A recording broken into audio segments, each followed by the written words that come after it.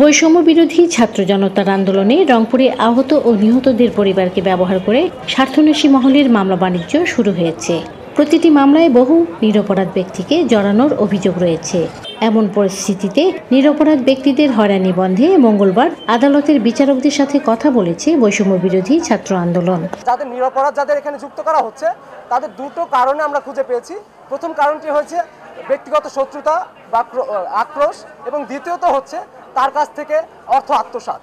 তো সেই জায়গা থেকে আমরা তাদের জন্য বলতে চাই, আপনাকে যদি এইভাবে যদি কেউ হয়রানির চেষ্টা করে, আপনারা প্রথমত নিকটস্থ থানায় যাবেন এবং যেই নম্বর থেকে বা এবং যদি পরিচিত হয় যে মানুষটি আপনাকে এই ধরনের প্রস্তাব দেওয়ার চেষ্টা করবে, তার বিরুদ্ধে প্রাথমিক একটি জিডি করবেন, তার বিরুদ্ধে একটি পরিষ্কার আপনারা ফাইল করবেন এবং সেই ফাইল অনুযায়ী পুলিশ তাৎক্ষণিক ব্যবস্থা নেবে। সেই বিষয় নিয়ে আমরা তাদের সাথে আমরা সেই বিষয়ের ব্যবস্থাপনা আমরা নিশ্চিত করেছি।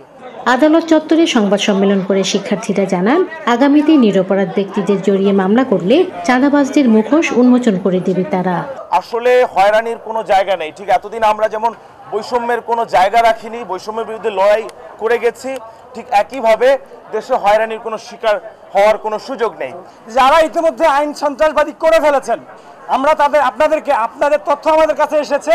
আমি আজকের এই সংবাদ সম্মেলনের মাধ্যমে আপনাদেরকে হুঁশিয়ার করে দিচ্ছি, আমাদেরকে যাতে আর তৃতীয় সংবাদ সম্মেলন করে আপনাদের মুখোশ উন্মোচন করতে না হয় এবং আপনাদের নাম মেনশন করে আপনাদের বিরুদ্ধে কিছু করতে না হয়, আপনারা সাবধান থাকবেন।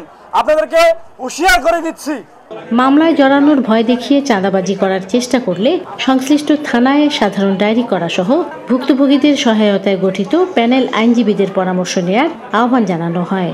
সাধারণ মানুষের পক্ষে দাঁড়ানোর জন্য আমরা আইনজীবী প্যানেল এখনো প্রস্তুত আছি। সেটা যে কোনো কষ্টসাধ্য শ্রম, আমরা শ্রমটা দিতে চাই। কোনো মানুষের মিথ্যা হয়রানিমূলক প্রহসনমূলক কোনো মামলায় যাতে কেউ হয়রানির শিকার না হয়, সেটা ছাত্র আন্দোলন নেতৃবৃন্দের সাথে আমরা আমাদের ভূমিকা পালন করব। সংবাদ সম্মেলনে রংপুর নগরীর কলেজ বিশ্ববিদ্যালয়ের বৈষম্য বিরোধী ছাত্র আন্দোলনের সমন্বয়করা উপস্থিত ছিলেন। রংপুর থেকে মেরিনা লাভলি, চ্যানেল আই। প্রিয় নম্বর সেট করে বিকাশে সেন্ড মানি করুন ফ্রি।